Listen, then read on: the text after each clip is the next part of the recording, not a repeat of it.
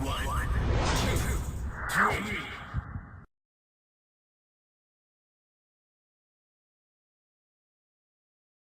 Because you guys watch anime, obviously, so sometimes when you're watching, you're like, why did they say it like that?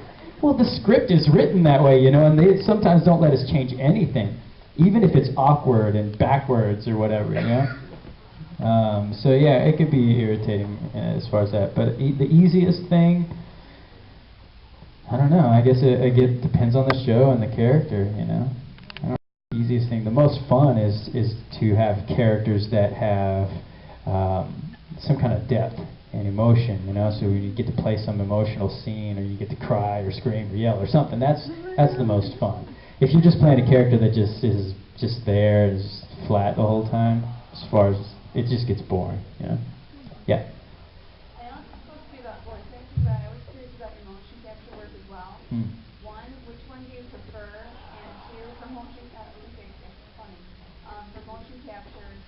do you ever make sound effects as you're doing stuff? Like, I know that they're not recording like the audio for that, but does that help with motion? As far as like if I'm punching somebody, go. I don't, but I was just in Japan like a couple weeks ago working on a project with Travis Willingham and Troy and them. And out of all the people that were there, Travis actually makes noises when, like, even when he's shooting a gun, it's like, and punching. He does it. He does all his sound effects. It's actually pretty funny. I don't. I mean, if I'm like yelling something, then I would do it. I don't make any sound effect noises. I think I used to though, but then somebody pointed it out, and I was like, oh yeah, it's kind of embarrassing. But motion capture is fun. It's different. The part that isn't fun is wearing these really tight outfits. It's like being in spandex again. It's like being a Power Ranger with shiny balls all over you. It's a little different, but it's fun though. Hey! All right. Oh my God. Do you guys know what this is? Yes. It's the crotch of the Megazord.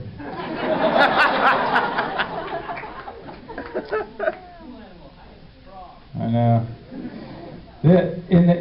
How many of you have actually seen the Power Ranger movie, the first one? Wow, really?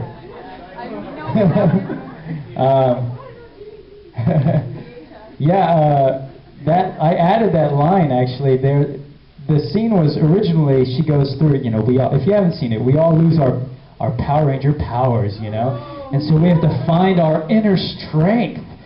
It's our inner animal, and so everybody's like, they've got these cool animals, the falcon, the winged lord of the sky, a wolf or whatever, and I got a frog, And with that came like these special abilities within the script, and I remember they go through, and this person was smart and cunning, and my thing was like, it was speed, like I was like really fast, and I was like, that didn't make any sense to me, because like when I was younger I would catch frogs in the backyard, and I'm not that fast.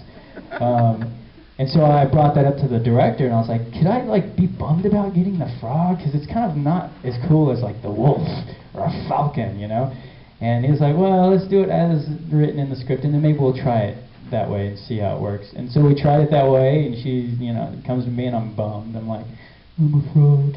And she's like, yes, I want you to kiss to get a handsome prince. And she kisses me and moves on to the next guy, right? But the funny thing is like, if you think about it, I still don't know what my power is. Because is that really my power? Do you have to kiss me? Because nobody kissed me when we were fighting, And so, can you imagine what would have happened if they kissed me, though, before we fought? It would have been amazing. We all know Ivan is like that. I would have been the star, so... Yes, exactly. And actually, the second movie, who saw the second movie? I'm sorry, guys. Turbo! So, yeah, Turbo. That one, like, everybody, we all get our... I guess, I don't even know what happens in that one, but we all like get these cars, right? And so like Jason or Tommy gets the the race car, and the little kid who's new gets this monster truck, and again, everybody gets really cool stuff, and I get a green minivan. And I went to the producers. It was different from the first one. I was like, hey, can I be bummed about having this minivan and like complain, well, I don't even have a family. You know, first I was a frog and now this. But they didn't go for it. In fact, it's like, Johnny, it's not funny. It's not funny. It wasn't funny in the first movie. It's not funny though. Assholes! Huh? Anyway, yeah, they're jerks. I think it would have been funny. It would have been the only thing to remember in that movie. All I remember now is I had stupid long hair, curly. It was cool. No, it wasn't. I looked like Brandon Lee from The Crow, but like stupider. With less eye makeup. Yeah. You don't have one. All right, yes, because that's why you're all here, right? Workshop Voice Acting 101. Yeah, okay, if you're just showing up and you think this is like some workshop, they told me, I just found out it was a workshop. I don't even know what that is. I mean, I went to school, but I wasn't a great student, so for me to be a teacher. See, I've already gone off on a slant. I didn't even try to answer your question. All right, so how did I get into voice acting? It won't help you if you're trying to go with my advice, because the way I got into voice acting was after Power Rangers. I did this live action film and all the audio got screwed up, so I had to redub myself. And as I was dubbing myself, the producer was like, hey, you've got a decent hero voice. And I was like, all right, playing the hero, what does that mean? And then eventually at the end of the session he was like, why don't you come in and audition for some animation I'm doing? And I was like, sure. And so I went in and auditioned. They actually showed me the animation with a different voice actor, and then they showed Japanese, and they said, can you do something like the Japanese guy? And I said, sure. And so I laid down the track, and they called me a couple weeks later and said, I am playing the part of Bastion Triga. And that's how I started. So for me to tell you, all you need to do is go do this live action film, make sure the sound guys suck, and you have to redub the whole thing. Oh, and make sure your producer does anime. Then you're in. But since you can't really do that, and I wouldn't expect anyone to do that, if you want to get into voice acting, I think you should probably first know how to act. You need to be able to speak clearly without any kind of a lisp. And then put together like a demo, you know, like a little CD, maybe 30 seconds to a minute long, different range, you know, of whatever you want to do. If it's characters, or if it's just voice acting, then just throw it on there, everything you want to do, and submit it to the studios, you know, if there's one near you. If there isn't, then you kind of need to live where there's the voice acting work, which I think there's some here. So yeah, that's what I would do if, you know, to put together, like anything else, you know. Your main goal is to get into an audition, because that's all you do as far as an actor. You're always looking for a job, you know, and you're always out there, and you have to hustle. You know, you hear the stories. You got to knock on everybody's door. You got to sleep on their driveway and wait for them to come home and bug them. Well, don't do that, but you know, do something like that, but less like stalkerish. Then you know it might help. Yeah. Would you recommend sending a demo in first to various studios or getting an agent or manager? An agent or manager could help. It depends, you know, because some studios would be like, well, we're not even going to pay attention to that unless you have an agent or manager. And some other ones would be like, yeah, just send it, you know. It's just a matter of hustling, though. Because I could tell you that if you bug them enough, they'll be like, fine. You know what, eventually they might be like, all right, fine. Or they'll put a restraining order on you. Yeah, or they'll let you come in and show what you got. And that's when you really need to shine. When you get put in front of that mic or whatever it is and on that stage, and that's your shot, you can't blow it. You know, even, and they're going to look at you thinking you're going to blow it and expecting you to blow it, but you cannot. You have to be able to bring it, you know, and that's when they'll be like, okay, this kid was no joke, you know. At any audition you go to, how many of you guys have ever been to an audition before? They can be uncomfortable as hell, you know. I mean, you'll walk in there and there could be like 15 people just sitting in this room, just staring at you, you know, as you're the one person standing there and trying to do this thing and trying to act and show what you can do. And they're not like, half the time they will not be, you know, smiling or rooting you on or going, that was pretty good. They'll just be like, next, you know. And then later you might get a call and they'll come on in, you did great. And you're like, what? You gave me no signals, you know.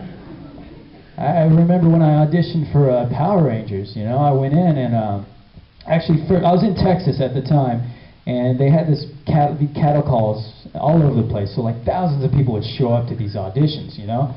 And in Texas, this one spot, there's like thousands of people lined up outside, and I thought, oh boy, this is going to be ridiculous, you know. And there are people doing kicks in the air, like 50 kicks in the air or whatever, and I was like, that's retarded. He's like, all the time, it's like kicking in the air. I was like, I can kick him in the balls right now. What kind of fight move is that? And so I was actually more of a true martial artist than an actor. In fact, I wasn't even an actor. I just thought, hey, why not give it a shot? I was actually studying Kung Fu, and my instructor saw it in the newspaper, and he said, you should give it a shot. And so we put something together, and I went.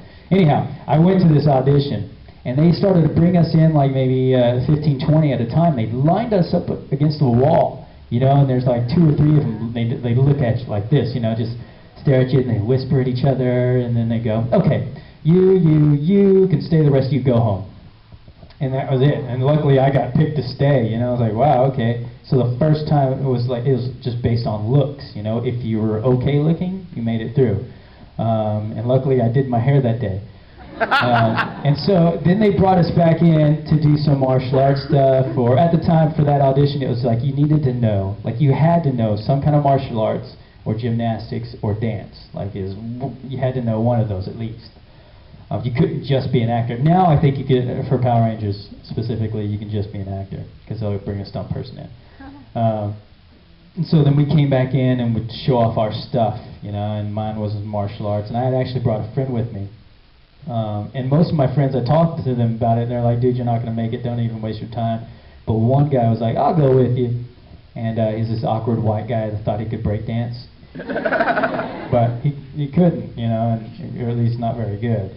And so I went in, did my thing, and then they said, all right, good job. And they gave me like a, whatever it was, like a monologue, right? And then he went in, and I was waiting for him to come out, and he came out all bummed out. And I was like, dude, what happened? And he's like, well, I started to do the windmill and then the worm, and I fell on my back, and then they said thanks, and then that was it. And then, so I came back and I read the monologue. Actually, I went and dropped my friend off. I changed my clothes. And back in the day, it was really cool to have tight pants. And it's starting to come back, the whole tight pants thing. But it was cool then. And you can't really kick very high in tight pants. And all I thought was I was just going to be reading this monologue.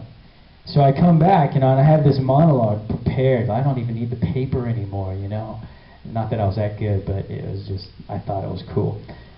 So I came back and I got in there, and they had you read the monologue, and I was like, all right, cool, and I felt okay with it. But the whole time there was just like, you know, there's like 5 people, and they're just staring me down, like they looked like they hated me and wanted to kill me, except for this one lady who's kind of had like a faint smile on her face, you know. And so I would just keep looking at her. And then they were like, you know, can we see some of that, what was that, Kung Fu stuff you did? And I was like, yeah. And then I was thinking, oh, no, got my tight pants on, I can't kick, and how am I going to flip in these? And I remember I just sucked it up and did it, you know, but I swear my kicks were no higher than this. I was like, and the whole time I would just stare at the one lady who had the half smile, and I'd smile at her. And I was like, well, maybe that'll get me in. And then they're like, thank you. And then I left.